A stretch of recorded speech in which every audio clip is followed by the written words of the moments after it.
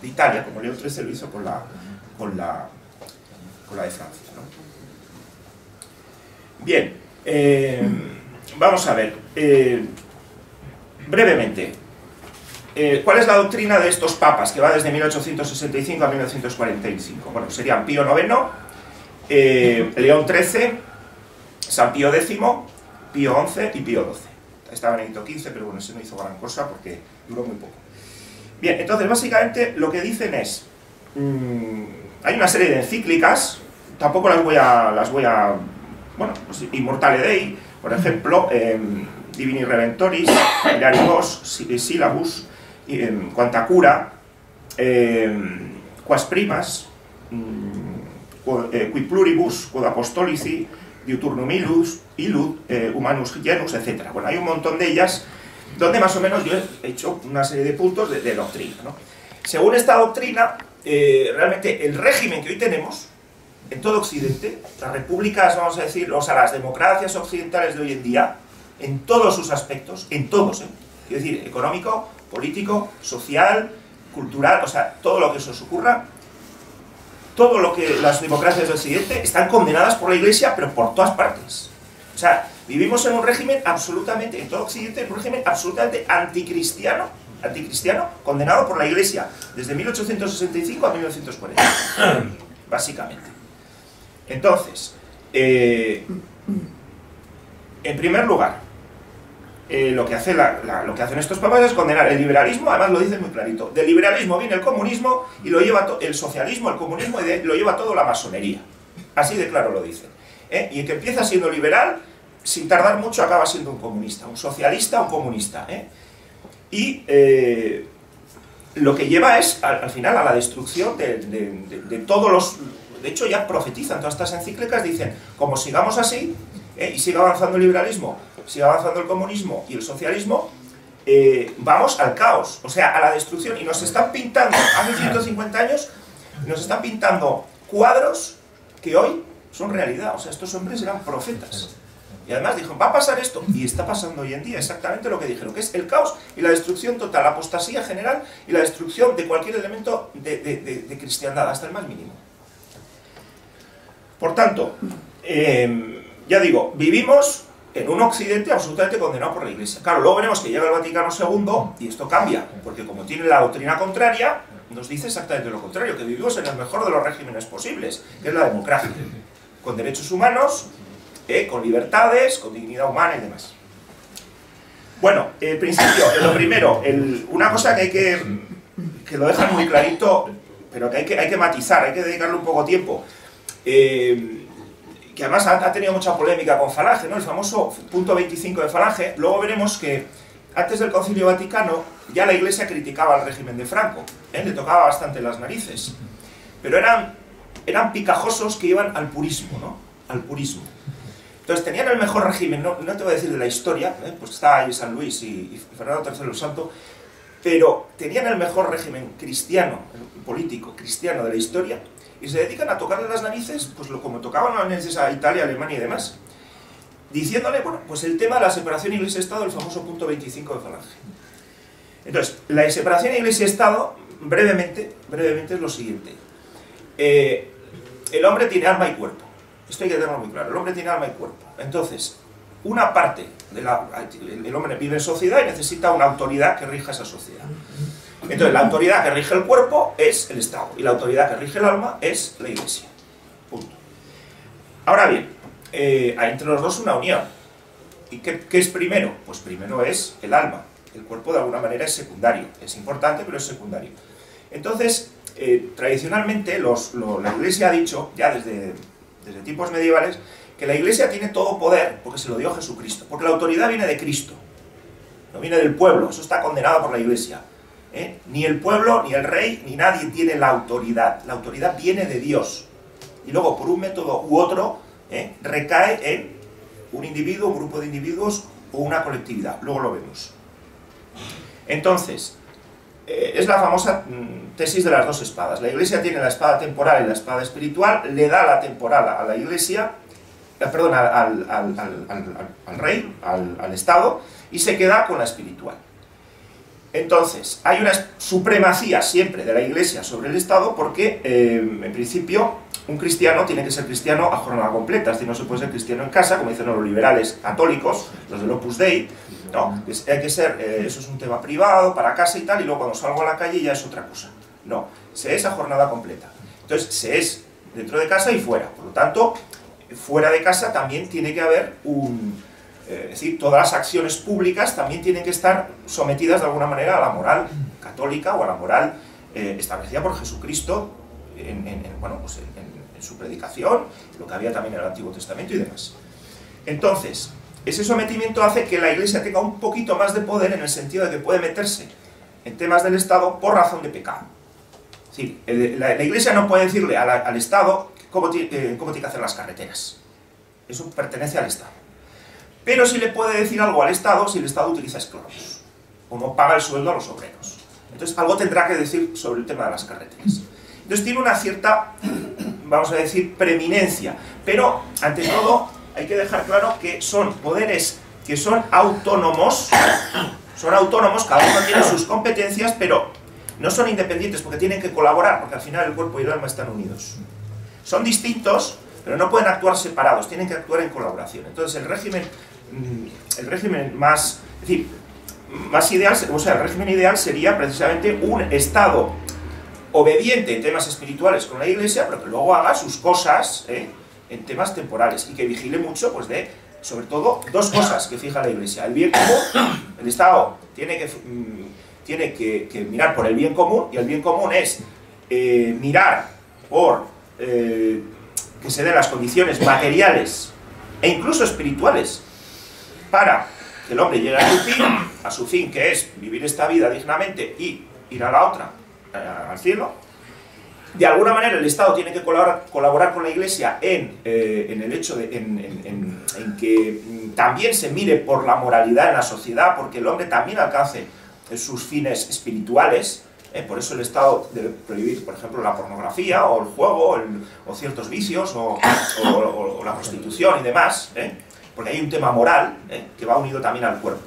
Entonces tiene que colaborar. Entonces hay una especie de unión entre unos y otros, cada uno en su ámbito, pero que tienen que colaborar con una cierta preeminencia de la Iglesia.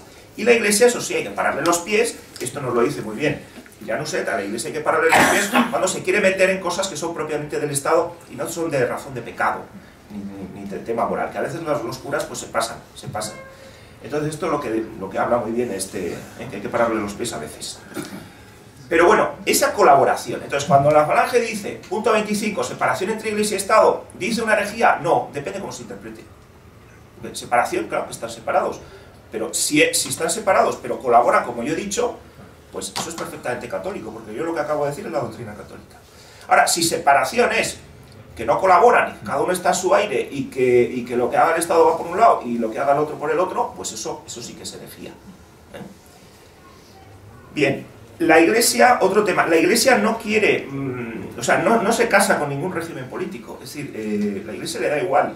Estos papas decían, a nosotros nos da igual, a la Iglesia le da igual que haya democracia, que haya aristocracia o que haya monarquía, o incluso que haya república. Lo importante es que seas un Estado cristiano, que admitas la ley de Dios, la moral de Dios, que mires por el bien común, y que respetes la ley natural, y que tus leyes estén inspiradas por todo el pensamiento filosófico, moral y dogmático del cristianismo. Luego, tú utilizas el régimen que a ti te dé la gana. Por tanto, ¿la democracia está condenada por la Iglesia? No. Claro, cuando hablaban estos sacerdotes de democracia, estos papas de democracia, hablaban de que padres de familia, representantes de gremios, representantes municipales, podían participar en la elaboración de las leyes y podían elegir aquel que tenía la autoridad, que le venía de Dios, pero ellos elegían quién iba a tener esa autoridad de Dios. No se referían para nada, y es más, la condenan expresamente, la democracia, la república o cualquier forma que tenga los elementos liberales, masónicos, que están perfectamente condenados en estas encíclicas. O sea, el problema no es que la Iglesia condena la democracia, no. La Iglesia lo que condena es una democracia que no mira por el bien común, una democracia que vive al margen de la moral y de los dogmas y de cualquier tipo de inspiración cristiana, que tiene al hombre por Dios y que mira por el interés de unos elementos particulares y no por el bien común. Eso es lo que condenan estos señores. Una cosa muy importante, que es que el Estado tiene que ser confesional. A ver, cuando estamos en una sociedad católica, como España, como Francia, como Italia, el Estado tiene que ser confesional, es decir, el Estado solo puede admitir como religión verdadera, o sea, como religión única a la verdadera, que es la de Jesucristo. Pues si Jesucristo es Dios y nos dio una religión, pues esa es la verdadera, y las demás, como dice San Pablo, son sectas de Satán. O sea, que aquí esto de que hay, que ya veremos que luego lo dice el Vaticano II, ¿no?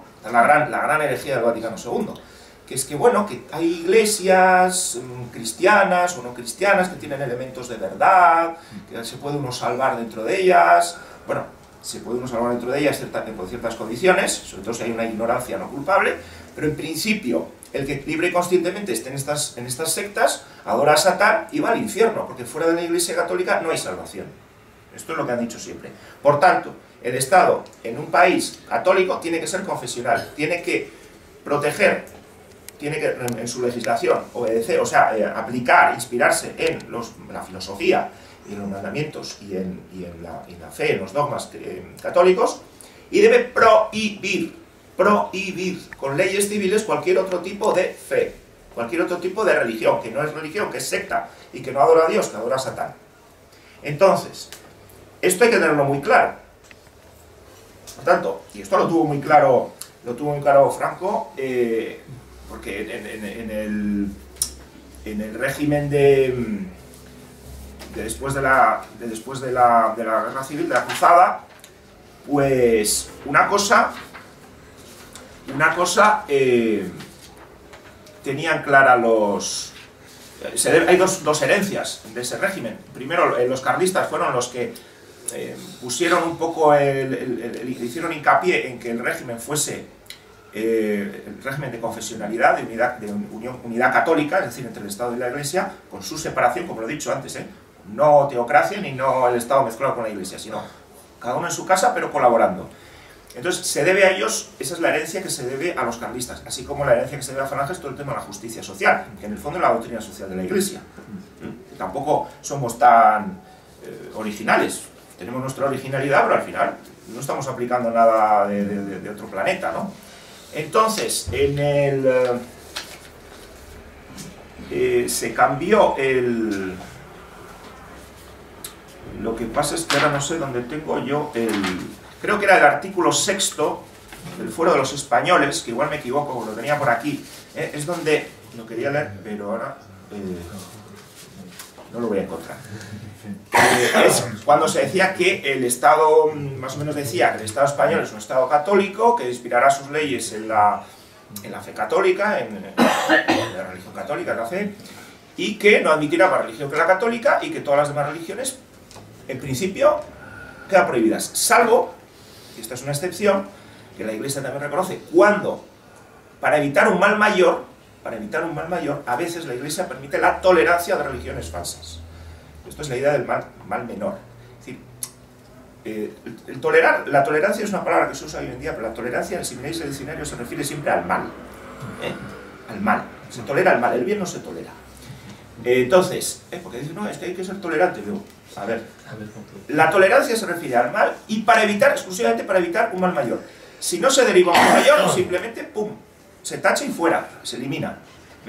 Entonces, ha habido casos, por ejemplo, en el Toledo medieval, donde había unas comunidades musulmanas fuertes, había unas comunidades judías fuertes, en la época de Fernando III el Santo. Entonces la Iglesia dijo, hombre, si empezamos a intentar prohibir aquí, pues va a haber jaleos. Entonces se toleraban, pero ya reconociendo que son falsas y que adoran a Satán, pero se toleran.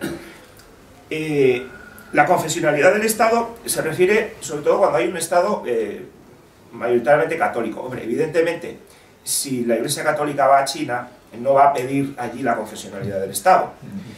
Entonces lo que pide, evidentemente, porque no hay masa crítica para ello. Entonces ahí el tema de la confesionalidad no es válido, y la Iglesia dice que en esos casos lo que se exige es simplemente al Estado, se le exige la libertad, es decir, que se le deja a la Iglesia hacer proselitismo, es decir, bueno, pues, hacer el evangelio, captar adeptos en el sentido de eso, extender el evangelio, hacer cristianos, bautizar y convertir, nada más. Libertad, solamente eso. Eso hay que tenerlo claro. Bien, se condena el liberalismo y la democracia liberal. O sea, la democracia liberal, o sea, lo que tenemos ahora, la democracia cristiana, está condenada por San Pío X, entre otros. Notre charge apostolique. Y dice además expresamente en esta encíclica que, bueno, carta apostólica, dice que la Iglesia no está para traer la democracia en ningún sitio. Todo esto son ideas del catolicismo liberal, sobre todo de un francés que se llamaba Lamennais, que veía en la democracia una especie de, bueno, como una especie de la culminación de la evolución de la razón humana, y lo mezclaba también con la Iglesia, y hablaba del progreso. Bueno, todo esto de Lamennais luego ha pasado al Vaticano II. La Iglesia no condena el liberalismo, condena el comunismo y condena el socialismo y la democracia liberal. Es decir, que el régimen en el que estamos hoy en día está condenado por la Iglesia. No la de ahora, pero sí la de antes. La de ahora está muy orgullosa de haberla traído. Se condena expresamente la soberanía popular. Esto que la gente vote, lo que le dé la gana, al margen de leyes morales, decida lo que está bien, lo que está mal, y hoy dicte una ley y mañana su contraria, hoy el aborto es pena, y o sea, está penalizado y mañana es un derecho. O sea, eso está condenadísimo. Se condena el vivir al margen de la ley de Dios, que toda la legislación esté al margen de la ley de Dios, al margen de la ley natural, de la naturaleza de las cosas. Se condena el positivismo jurídico, de que como es legal, es bueno. Se condena la concepción de que un acto es bueno por el sujeto, no por el objeto. Es decir, que si sale del pueblo, si sale del Parlamento es bueno, porque el sujeto es el pueblo. Diga lo que diga, es bueno. No. La bondad o maldad del acto radica en el contenido, en el objeto. También en las intenciones y en las circunstancias, pero básicamente en el objeto. Y no en el sujeto. Es decir, si lo hago yo está bien, si lo hace este señor está mal. No. También el principio de subsidiariedad, que el Estado liberal siempre ha tendido a, luego cuando se hipertrofia en forma de comunismo, ha tendido siempre a quitar derechos y a ocupar toda la esfera privada de la gente. Entonces, el principio de subsidiariedad es que el Estado se tiene que ocupar de sus cosas, y si puede haber alguien por debajo que se ocupe de ellas, pues dejad a la gente que se ocupe de ellas. Dejad al padre de familia que eduque a sus hijos, dejad al municipio que haga las cosas de las carreteras locales, dejad a los gremios que se ocupen de sus asuntos, y el Estado lo que tiene que hacer es coordinar o hacer cosas que están por encima de ellos, las carreteras nacionales o los asuntos entre gremios de diferentes provincias, de diferentes municipios y demás. Es decir, respetar un poco la esencia de la naturaleza de las cosas, a lo pequeño que puede funcionar autónomamente, déjalo que funcione autónomamente. Se condena el socialismo y el comunismo, el materialismo determinista, la idea del progreso continuo, este progreso material continuo que nos va a llevar al paraíso en la tierra. La igualdad de derechos, luego voy a entrar en esto, está condenada. Todos los derechos humanos, toda esta historia de los derechos humanos está condenada por la Iglesia. Luego voy a hablar de todo esto. Es muy importante el tema de los derechos humanos, me voy a detener un poco. La lucha dialéctica de contrarios, que además dicen, fíjate esto, decían, primero van a empezar con el obrero y el empresario, y luego van a seguir con el hombre y la mujer, con el catalán y el vasco, con el negro y el blanco. Ya lo apuntan, en concreto la Divini Redemptoris, ya empiezo a hablar de esto. Esta moral, se condena también la moral comunista, es desde lo bueno es lo que sirve para la acción y la lucha revolucionaria y la consecución de los objetivos finales de la vida. Se deja muy claro que el liberalismo y el comunismo vienen de las manos de la Ilustración y de las logias masónicas. Sobre todo habla de esto el Humanum Genus, de León XIII. Bien, y también que la autoridad viene de Dios y sobre todo que hay que respetar la autoridad, si es legítima. También se habla del derecho a la rebelión. Es decir, propiamente nosotros hoy, como católicos, tendríamos el derecho y el deber de levantarnos contra todas las leyes que están hoy vigentes, salvo la que manda a hacer tortillas en los bares, o sea, cómo se tienen que hacer, o la de las señales de tráfico. Pero en todas las demás, cuando no cumplen la ley natural, cuando escapan a esa razón divina que Dios ha puesto en todas las cosas, cuando se salen de la razón humana, es decir, son irracionales, no van de acuerdo con la racionalidad humana, y cuando no respetan ni los dogmas, ni la moral, ni ningún elemento de la única religión verdadera que viene de Dios, que es la católica, pues existe el derecho de rebelión. Ahora, se critica el derecho de rebelión cuando usted tiene un Estado católico y usted quiere hacer una revolución, que es lo que está pasando, lo que pasó en la Revolución Francesa, lo que ha pasado en todas las revoluciones y lo que se quiere hacer ahora en España también y en toda Europa. Una cosa muy importante, que dejan, esto también es muy importante, y acabo ya, son dos cosas. Los derechos lo dejo para el final. Esto es una cosa muy importante. El error y el mal no tienen derechos. Así de claro, es decir, oiga, mire, que yo tengo derecho a ser ciego. No, usted no tiene derecho a ser ciego, porque eso es una anomalía. Otra cosa es que usted tenga derechos, usted persona, pero el hecho de ser ciego no, es una anomalía. Es que el derecho de la libertad de expresión, a expresar lo que a mí me dé la gana, no. Usted solamente puede expresar la verdad. ¿Derecho a partidos políticos? No, no, no. Y solamente el partido político que diga la verdad y que defienda la verdad, que al final es lo que dice la Iglesia Católica. Todos los demás hay que prohibirlos. ¿Por qué? Porque, a ver, si están diciendo, cada uno dice una cosa y dos cosas contrarias no pueden ser las dos verdad a la vez, o todos mienten, o uno tiene razón y los demás mienten. Luego, el que tiene razón, que se supone que es el que obedece a la Iglesia y que tiene una filosofía y una fe y una moral católicas o cristianas, pues ese hay que permitirlos, los demás no. El que miente, ese no se le puede permitir. ¿Permitir el matrimonio o el contubernio sodomítico? No. No. Y esto este razonamiento nos quita muchos problemas, porque yo en el Facebook estoy harto de ver, la gente se vuelve un loco que si mezclan cosas. Yo voy a intentar explicarlas. Primero, las personas tienen una dignidad. Eso está claro. ¿Por qué? Porque son creadas a imagen y semejanza de Dios, y porque tienen un fin que es, están todos llamados a la vida eterna, y a la visión beatífica de Dios. En ese sentido son iguales y son dignos. Esto se llama, lo llama Santo Tomás, dignidad ontológica. Bien. Ahora, si yo tengo que respetar a una persona, no es por su dignidad ontológica, sino que es por una bondad que está en el hombre porque es criatura de Dios y por amor a Dios. Esto es una cosa muy importante. Es decir, yo no tengo que respetar nada por una supuesta dignidad ontológica del hombre, sino en relación a Dios. Luego hablaré de esto, de la moral, más adelante. Luego está la dignidad moral, es decir, que una persona muy digna, a imagen y semejanza de Dios, y llamada a la visión beatífica, se adhiere libre y conscientemente al mal y al error, actúa en contra de su naturaleza racional, que le indica que tiene que ir, su naturaleza racional le dice, tienes que buscar cuál es la ley natural de Dios en las cosas, tienes que obedecer esa razón que Dios ha puesto en las cosas, tienes que informarte de ella y tienes que aceptarla. Porque la libertad solamente se ejerce en relación al bien y a la virtud. Porque ni Dios tiene libertad para hacer el mal, ni para el vicio. Porque Dios no actúa Dios es libre y sin embargo no hace el mal. Su libertad, nuestra libertad es como la de Dios, analógicamente, digamos. Es decir, que solamente tenemos libertad y derecho para hacer el bien y la virtud. Porque eso se deriva de nuestra naturaleza racional.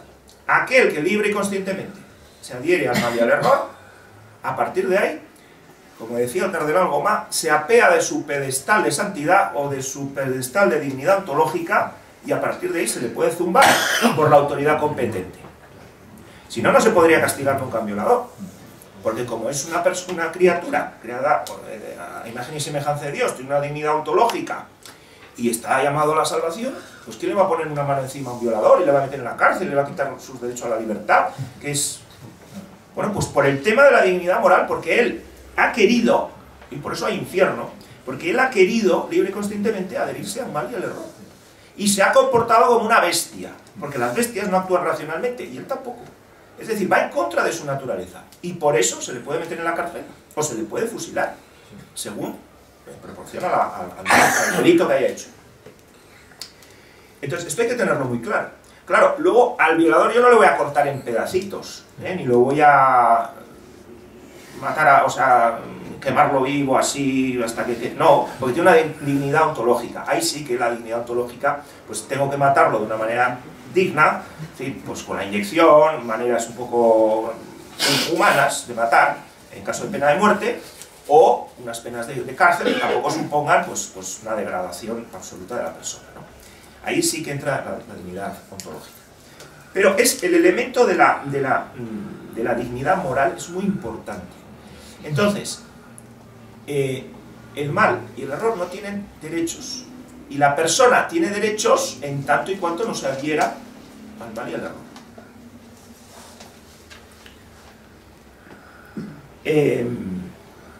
Los derechos humanos. Los derechos humanos están condenados repetidamente por estos papas. Ya Pío VI, que era de la época de la Revolución Francesa, en 2 encíclicas y alguna carta por ahí.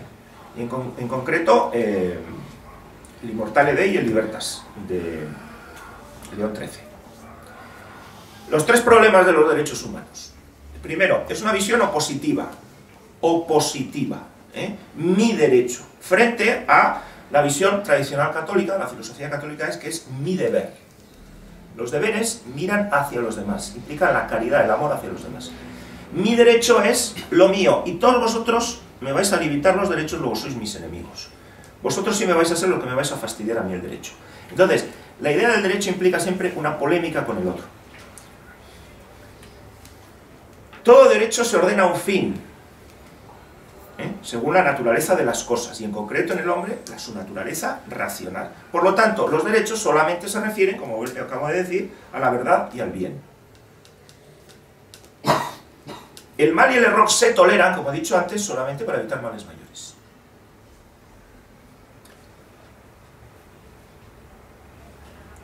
Y luego, los derechos humanos, que, ojo, la Iglesia también habla de que el hombre, por su dignidad ontológica, criatura y semejanza de él, por su fin último, que es la visión beatífica en el cielo, pues, hombre, también tienen una serie de elementos, vamos a decir, fundamentales, ¿no? Es decir, todo el mundo al final sí que hay una especie de elementos propios de la naturaleza, de la naturaleza humana, que además han sido queridos por Dios. Entonces, esos derechos del hombre, por ejemplo, el derecho a no ser vapuleado, el derecho a comer, a tener una vivienda digna, el derecho a, llamémoslo así, ¿no? A tener una vivienda digna, a comer todos los días, a educar a sus hijos, a poseer los bienes exteriores, pues a hacer un poco dentro de lo bueno, lo que él quiera, hecho una cierta libertad hacia el bien y hacia la virtud. Bueno, pues sí que existen esos derechos, pero esos derechos se fundamentan en Dios y en la naturaleza propia del hombre, que exige de alguna manera esos derechos. Entonces, los derechos del hombre, que siempre se dirigen a un fin bueno y virtuoso, no pueden fundamentarse sino en Dios, porque así quedan firmes eternamente. Dios y su razón en la naturaleza de las cosas, de alguna manera en el plan que él ha puesto en la naturaleza de las cosas. El cristianismo se basa sobre todo, en la fe católica, en la filosofía católica, en la naturaleza de las cosas, querida por Dios. Entonces hay que fijarse, por eso la filosofía católica a mí me enamoró antes que la religión, por el realismo y la racionalidad que tiene. La racionalidad de ver las cosas, atender a la realidad de las cosas y actuar conforme a ellas, ¿no? Por el plan que Dios ha establecido en ellas. Entonces, los derechos humanos no se pueden fundamentar en 4 generales victoriosos después de la Segunda Guerra Mundial, que es lo que pasa hoy en día.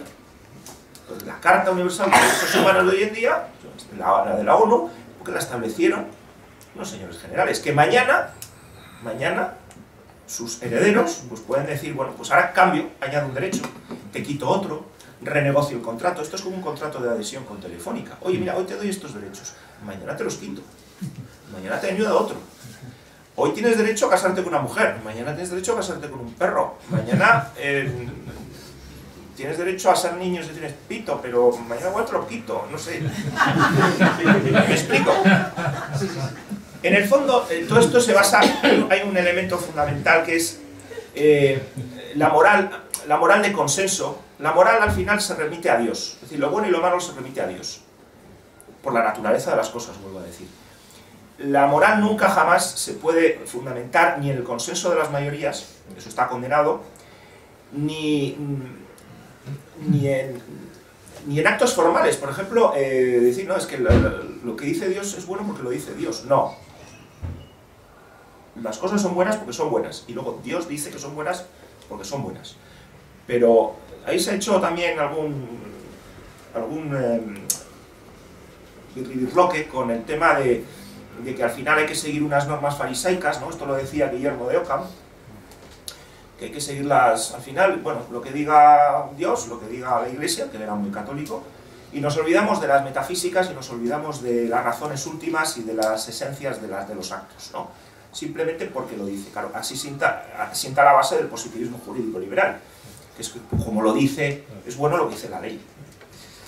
Entonces, todo acto tiene una bondad en sí, y es bueno por ese elemento interno que tiene, querido por Dios. Y Dios es el último fundamento. Esto es muy importante. La igualdad de derechos. Bueno, también está condenada. No somos iguales. Las encíclicas, Divini Redemptoris, Quod Apostolici y Humanum Genus, dicen claramente que es que no somos iguales. O sea, somos iguales, bueno, según en qué, ya hemos dicho, en esos derechos mínimos de cuerpo y alma que todo ser tiene, ¿no? A tener una vivienda digna, a comer, a educar a los hijos, en fin. Pero no somos iguales porque Dios nos ha hecho diferentes. Entonces, todo el mundo es esencialmente diferente. Lo que no se puede es intentar igualar a los desiguales, que es lo que pretende el comunismo y el liberalismo a su manera también. Es decir, dar a todos lo mismo. No, hay que dar a cada uno lo suyo. Es decir, no se trata de igualdad, sino de justicia. Esto es muy importante, ¿eh? Porque si hacemos a los desiguales por naturaleza iguales, nos sale la ley del más fuerte. El más listo, el más rico, el más avispado o el más cabrón, pues ese se va a hacer el amo. Y al final va a machacar a los otros y ya tenemos ahí la dialéctica marxista. Es decir, igualdad de proporción.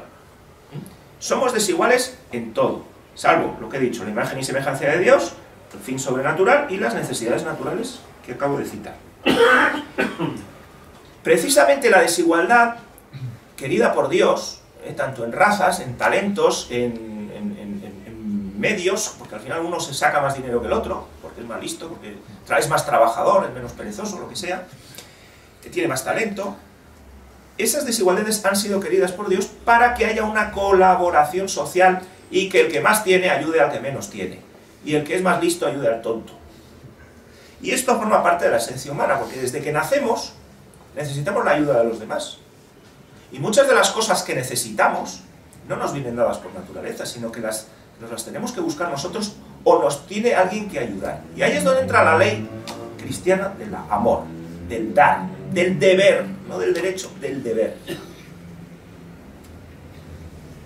Y ahí viene también el deber de obediencia y la autoridad para mandar, porque el que más tiene que tener la autoridad para dirigir al que menos tiene, que debe obedecer. Al de más talento y al de menos talento. Bien, esto en cuanto a la doctrina católica tradicional. Bueno, la doctrina católica, vamos. Siempre utilizamos palabras raras.